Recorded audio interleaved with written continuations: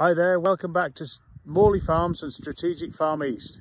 Hi there, I'm Amy Catling, the AHDB Cereals and Oilseeds Knowledge Exchange Manager for East Anglia. So David, can you tell us about Work Package 2?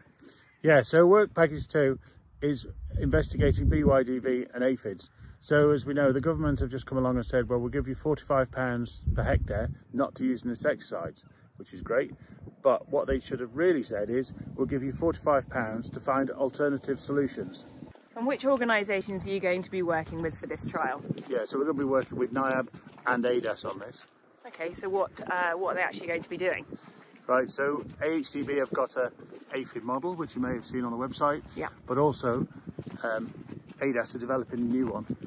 There's a bit more details, so we can try and predict when the best time to spray in the autumn is. Yeah. To kill aphids, to control BYDV. How are they monitoring for the aphids? Well, so in the field in question, there's loads of yellow water pans, and someone goes twice a week and counts how many aphids we've collected. And actually this autumn, because it's been super wet, quite cool, we're finding very few aphids at the moment.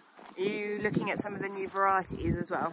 Yeah, so the particular block in question, we've got 22 hectares of grouse, yeah, which is supposed to be BYDV resistant, tolerant, I'm not sure. But the aim is that it won't have an insecticide, and we can compare normal varieties to this specialist variety. You mentioned obviously it's been quite a challenging autumn, so how's that impacting on the trials and how are you going to change things going forward? Well, good question. So we haven't been able to spray like we'd used to, so the T-sum has expired, and so we should have sprayed it a few weeks ago, but we haven't. It's just too wet. So we just got to adapt, like every farmer is adapting to the season in question. What I hope to achieve over the next 6 years is that we'll be able to predict when we need to use insecticides and when we don't. And I suspect there's lots of fields, lots of years where it's such low risk. If we can avoid using insecticides, so much the better. Not from a cost point of view, because it's quite cheap to spray, but from an environmental point of view, surely using less insecticides has got to be better for everybody.